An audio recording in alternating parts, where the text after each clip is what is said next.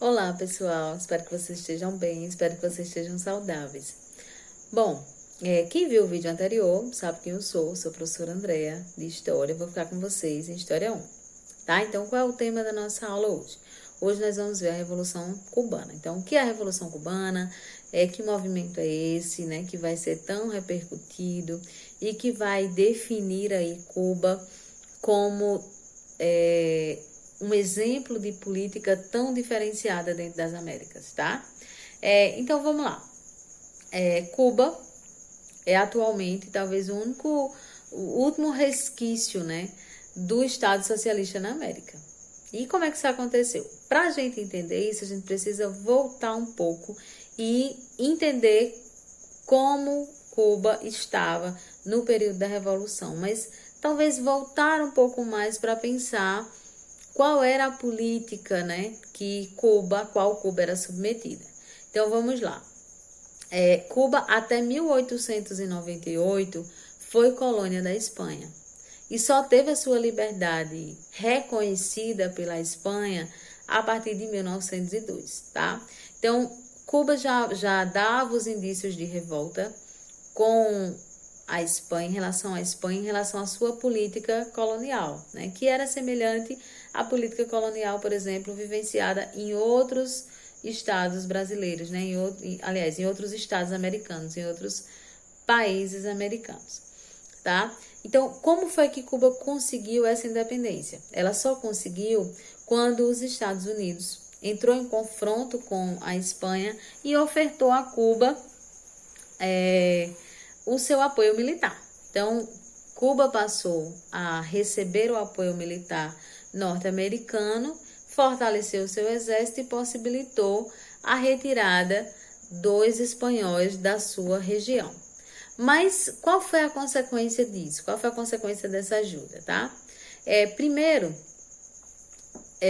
nós precisamos entender o seguinte, que depois que os Estados Unidos deu essa contribuição aí com a libertação, né, com a independência de Cuba em relação à Espanha, ele se tornou um protetorado americano. Gente, o que é um protetorado, né? Seria então um país que teria a proteção de outro, ou seja, Cuba teria a proteção dos Estados Unidos? Num primeiro momento, sim, mas na verdade muitos estudiosos eles vão defender que esse protetorado, que essa proteção, ela era apenas um artifício para disfarçar os status políticos de colônia. Ou seja, é que eles defendem que Cuba continuaria então sendo colônia, agora não mais da Espanha, mas dos Estados Unidos. E por que se chegou a essa conclusão? Porque as políticas empreendidas pelos Estados Unidos em relação a Cuba iria sempre beneficiar os Estados Unidos em detrimento de Cuba. Para vocês terem uma ideia, os produtos cubanos eles deveriam ser exportados para os Estados Unidos, né? Que seriam reexportados caso houvesse necessidade no seu mercado interno. Então, ou seja, as demandas econômicas de Cuba estavam submetidas a essa intervenção norte-americana. Bom, e aí como é que os Estados Unidos faz isso, né? É que a partir de 1902, quando Cuba cria a sua Constituição, os Estados Unidos exigem que tenha nela a emenda Platt. O que é a emenda Platt? É a reserva, né, do direito dos Estados Unidos de intervir sempre que julgasse que seus interesses econômicos estavam sendo ameaçados. Tá? Então, de 1902 até 1933, né, que é o ano em que Fulgêncio Batista sobe ao poder, a emenda Platt vai valer. Então, vai estar em vigor. Tá? Então, essa emenda Platt, ela submete economicamente Cuba aos Estados Unidos, né? Mas mais que isso, ela demonstra um poder político dos Estados Unidos em relação a Cuba. Outro exemplo disso é que todos os governantes de Cuba, eles eram dependentes, né, dos Estados Unidos e eram aliados dos governos até então. Então, existia então uma política de subserviência, né, dos interesses de Cuba em relação aos interesses americanos. Bom, então vamos entender o contexto mais geral, né?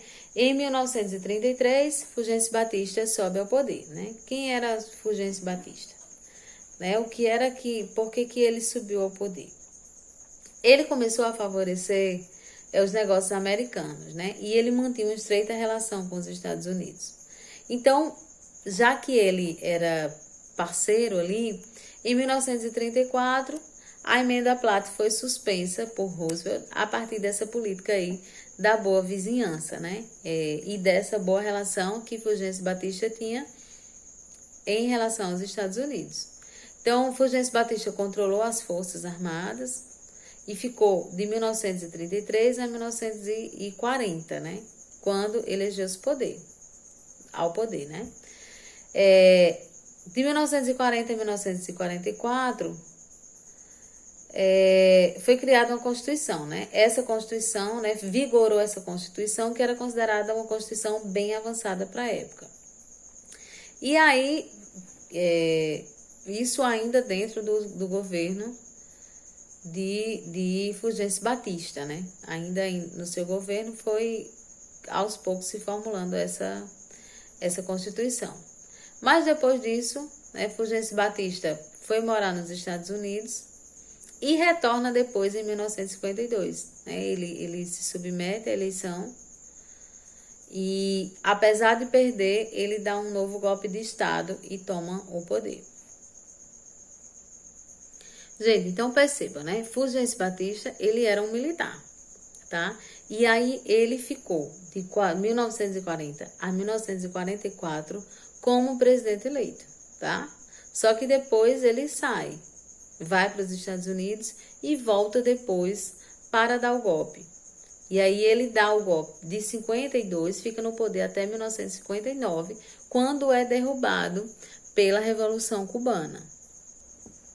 Bom, então nós temos em Cuba uma sociedade bastante desigual, né?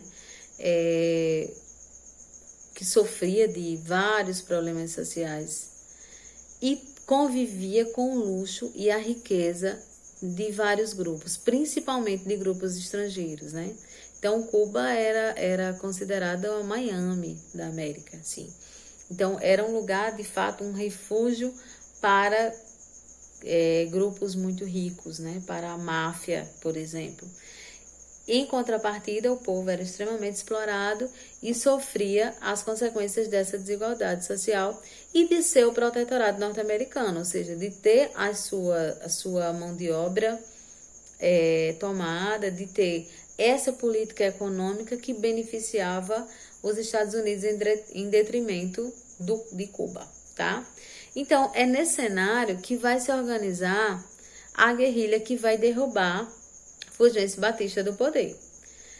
Quem é que está ali à frente dessa guerrilha, à frente desse grupo, né?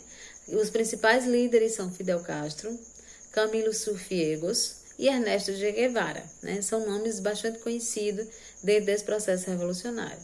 Eles são um grupo de aproximadamente 80 homens, né, que vão vindos do México e que vão retornar à ilha. Apesar de eles serem quase massacrados, aos poucos eles vão galgando espaço e vão ganhando mais adeptos. Né? Por que eles vão ganhar mais adeptos? Por que eles vão conquistar novas cidades e novos territórios cubanos? Porque a população ela está muito massacrada. E aí, aos poucos, todos aqueles que estavam chateados, né, com o governo vão começar a ficar do lado dos guerrilheiros. O que é que eles vão prometer? Eles vão prometer que vão manter a Constituição de 1940. Eles vão prometer que vai existir o fim da interferência estrangeira, né? Vão retirar ali de Cuba toda e qualquer interferência de outros países. Vão prometer a reforma agrária e vão prometer também que haverá uma aceleração na industrialização e a geração de novos empregos, né? Então, como a população ela vivia condições de vida muito difíceis, parecia ser uma proposta bem interessante. Outro aspecto que eu gostaria de levantar também para vocês é que a participação das mulheres nesse processo revolucionário foi marcante, né?